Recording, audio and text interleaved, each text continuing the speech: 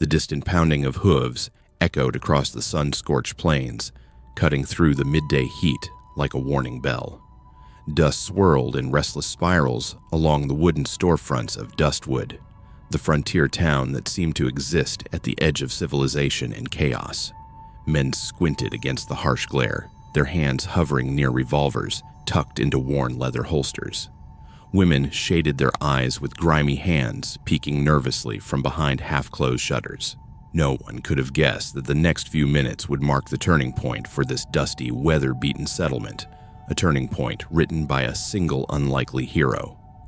Ayani, a lean, wiry boy of 13, stood hidden in the shadow of a sagging wooden fence, his dark eyes sharp and unblinking. He was Apache, though only a few in Dustwood would recognize the braided strands of his hair, the subtle patterns etched in beads that clung to his neck and wrists. Orphaned at a young age, Ayani had learned to survive on the fringes of both the wilderness and human society. He had lived by his wits and instincts, learning when to duck, when to run, and when to hold steady against the currents of cruelty that often swept through towns like Dustwood. Today, however, survival alone would not suffice. Ayani's gaze was fixed on the center of town where Elder Taka, the respected leader of his people, had entered Murphy's trading post seeking medicine for his sick granddaughter. The elderly man's lined face and silver-streaked hair carried the weight of decades, and his hand, steady but worn, clutched a leather pouch containing delicate beadwork crafted with painstaking care. Taka had approached Clyde Hargrove, a man whose reputation for cruelty and greed was known from one end of the territory to the other, hoping for a fair trade. But cruelty was all Clyde knew. His face twisted with disdain as he dismissed the elder's offer, shoving the carefully woven beads onto the counter with a harsh, careless flick.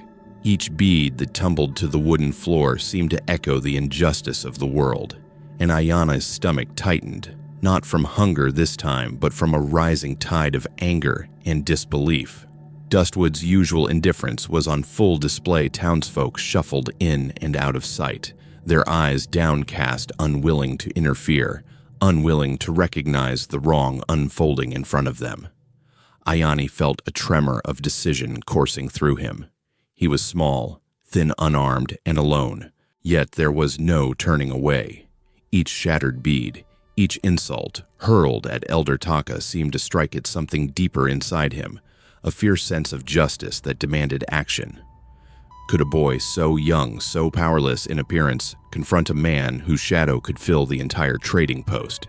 Could he protect a man and a culture he barely knew, yet revered, from destruction and humiliation? The wind carried the murmur of the growing crowd outside. Whispers of another fight, a foolish boy, and Hargrove won't be stopped, floated through the sun-blasted street. Ayani's dark eyes never left Elder Taka, who stood with dignity, his voice calm, but his hands trembling slightly, as he spoke of medicine, of a sick child, of fair trade. Clyde Hargrove laughed, a harsh, brittle sound that ricocheted off the wooden walls.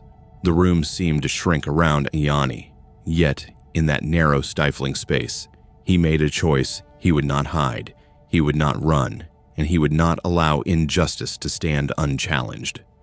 Dust swirled higher in the air, mixing with the heat and tension, as Ayani stepped forward from the shadows, his heart pounding but his resolve firm. The townsfolk could only watch. A boy stood between greed and honor, between cruelty and dignity, and in that moment, the fate of Dustwood teetered on the edge of his decision. Could courage outweigh fear? Could one Apache child alone against power change the course of a town? No one knew the answer yet, but all would soon bear witness. Ayani's eyes followed every movement inside Murphy's trading post, his muscles coiled tight like the bowstrings he had learned to string as a boy. Elder Taka's calm demeanor began to crack under the weight of Clyde Hargrove's sneering authority. Each word Hargrove spat was like a hammer striking the elder's dignity, and Ayani felt a surge of anger rise in his chest. The boy had witnessed cruelty before, indifference, mockery, the hard faces of men who thought themselves above right and wrong, but seeing it directed at Elder Taka, at someone so deeply respected and unarmed brought something raw to life inside him. Clyde's two hired men shifted like wolves, circling their prey. Heavy boots thumped against the worn floorboards, sending tremors through the quiet hum of the trading post. One of them sneered, flexing thick fingers over the handle of a pistol tucked into his belt. The other cracked his knuckles, as if the sound alone could intimidate.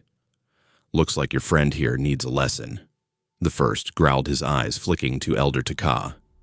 The elder did not flinch. His voice, calm but firm, continued to plead for understanding, for fairness. "I only ask for medicine for my granddaughter, nothing more." Yet the men advanced, relentless. Clyde Hargrove laughed, a harsh, hollow sound that echoed in the rafters. He slapped the beadwork scattered across the counter, breaking delicate necklaces that had taken months to create. Each shattered piece seemed to mock the very notion of justice. Ayani's stomach knotted. He was small, a boy, in a man's world, yet he could not stand by. Every instinct screamed at him to duck behind crates, to disappear into the dusty streets outside. But something stronger than fear pushed him forward, a quiet, unwavering determination to protect what was right.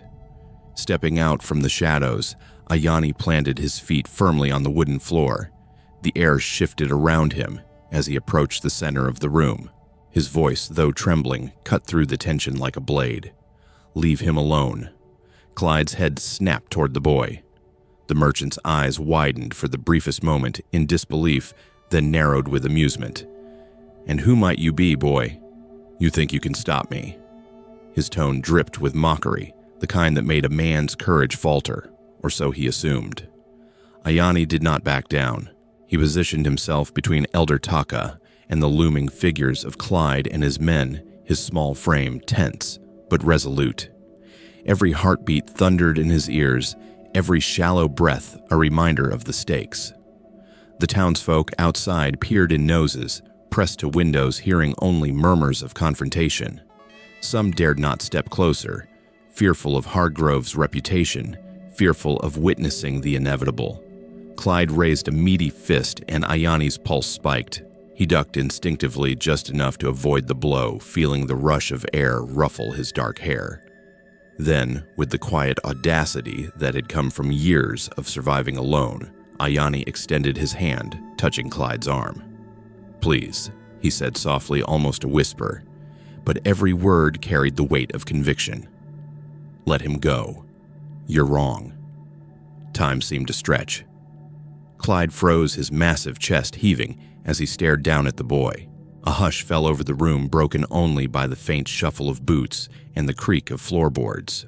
For a moment, the hardened merchant seemed uncertain, as if the steady gaze of a child could somehow measure the depth of right and wrong. Ayani's eyes met Elder Taka's.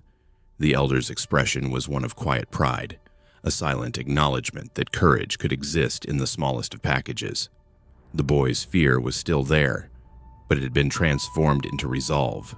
He could feel the heat of Clyde's anger, the tension in the hired men's stances, and yet he did not waver.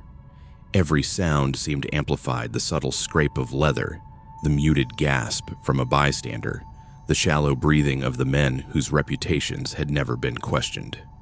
Ayani's moral strength, born of lived hardship and unyielding principle, became palpable in the room. He was outmatched physically, yet in that moment, ethics and bravery outweighed brute force. Clyde took a step forward, his lips curled in a sneer, ready to strike to assert dominance. But Ayani remained firm, standing tall in the narrow space between tyranny and justice. Each second felt like an eternity. The boy's courage shone as brightly as the desert sun outside, cutting through the darkness of fear and injustice. Outside, the townspeople could sense the shift. Whispers rose, growing louder.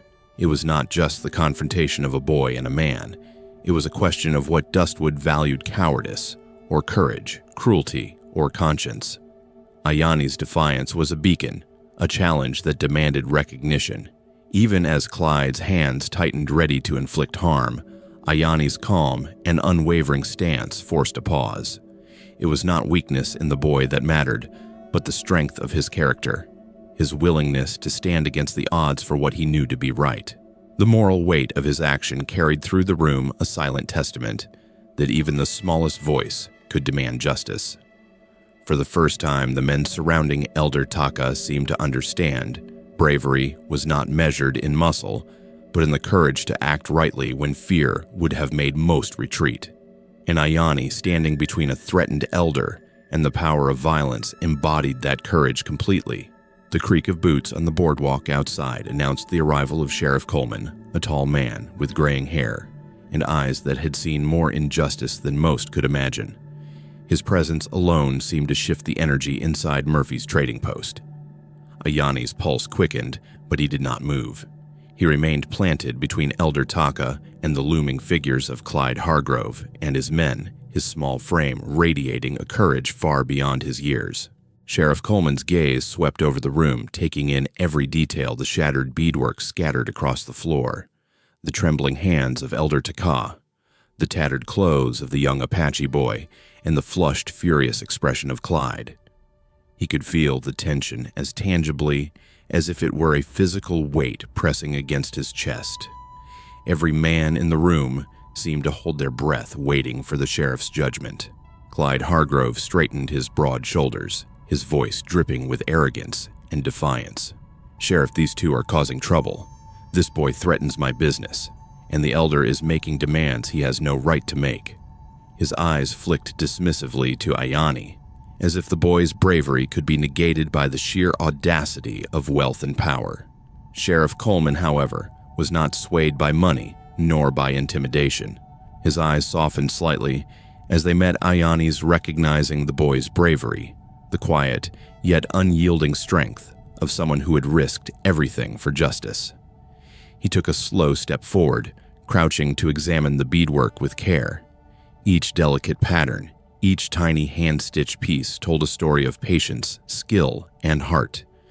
It was not just merchandise, it was the labor of a child's hands, the legacy of a people. "This is fine work," the sheriff said quietly, standing tall and addressing Clyde directly. "This destruction, this intimidation, these actions are not lawful, and I will not stand by while it continues." His tone carried authority, a clear line drawn between right and wrong, between courage and cruelty. Clyde's sneer faltered, replaced by a flash of unease. He shifted his weight, the confident mask of dominance slipping for a brief moment. The room seemed to tighten around him. "Sheriff," he said, trying to regain control, "I am a respected businessman. Surely my word counts for something over that of a homeless boy and an elder." "Yes," the sheriff replied evenly.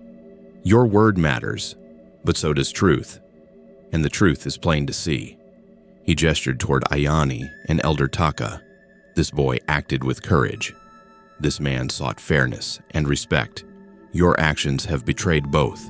The hired men shuffled uncomfortably, their confidence waning under the weight of the sheriff's scrutiny and the moral clarity emanating from the young Apache. Outside, the crowd pressed closer to the windows, curious murmurs rising in volume as whispers of defiance, injustice, and bravery spread. Dustwood was watching. Every face in that gathering had begun to understand that this confrontation was not merely about trade. It was about honor, justice, and courage in a land too often ruled by greed. Ayani's chest heaved. His small hands clenched at his sides. He felt the eyes of the town upon him, yet he remained steady. Elder Taka's gaze met his silent pride shining from behind lined eyes. The boy's courage had been noticed. It had mattered. And now it was beginning to shift the tide. Sheriff Coleman's voice cut through the tension once more. "Clyde Hargrove, you will compensate for the damage done, and you will apologize to Elder Taka and this young man. No exceptions." The words landed like hammers, precise and unyielding. Clyde's jaw tightened a muscle, twitching as if he might argue, but the weight of witness law and moral truth held him in check. For a moment, the trading post was silent, except for the subtle creak of the floorboards and the faint hum of the dusty wind outside. Every bystander felt the significance of the moment: a boy who had nothing, an elder standing on principle, and a lawman who recognized courage. These forces combined had created a shift in Dustwood that would not soon be forgotten. Clyde's shoulders slumped slightly, a grudging acknowledgement of defeat in his posture, though his pride remained bruised. Ayani allowed himself a brief exhale, the tension in his small frame easing just enough to feel the first whispers of relief. He had stood firm, and justice had responded. The sheriff's gaze returned to Ayani. "You did what few would dare," he said, his voice quieter now, carrying a mixture of respect and approval. "You chose courage over fear. You protected someone who could not defend themselves. That is bravery in its truest form." The room seemed to release a collective breath, the townsfolk absorbing the lesson unfolding before them. In that tense, sun-drenched trading post, the principles of justice and honor had triumphed over intimidation and greed. The small Apache boy, who might have been dismissed by most as powerless and insignificant, had shifted the balance, proving that even the weakest can wield tremendous influence when armed with righteousness. Outside, the wind kicked up dust along the street, and for the first time that day, there was a sense of calm, not the absence of danger, but the presence of moral victory. Ayani stood beside Elder Taka, no longer just a boy hidden in the shadows, but a participant in something larger, a force that had reminded Dustwood what it meant to stand up for what is right. In that moment, the townspeople understood that courage, truth, and respect could bend the will of power itself, and that a single act of moral clarity, no matter how small it seemed, could echo far beyond the walls of a dusty trading post. Word of Ayani's bravery spread across the plains faster than the midday wind. By the next morning, Dustwood's horizon was alive with the rhythmic pounding of hooves, 100 Apache warriors riding with precision and discipline honed over generations. They formed a semicircle around Murphy's trading post, their presence both awe-inspiring and imposing. Dust swirled beneath their horses' hooves, and the townspeople pressed against windows, whispers of amazement running through the crowd. The power and unity of the tribe had arrived, and Clyde Hargrove's arrogance faltered under the sheer force of their presence.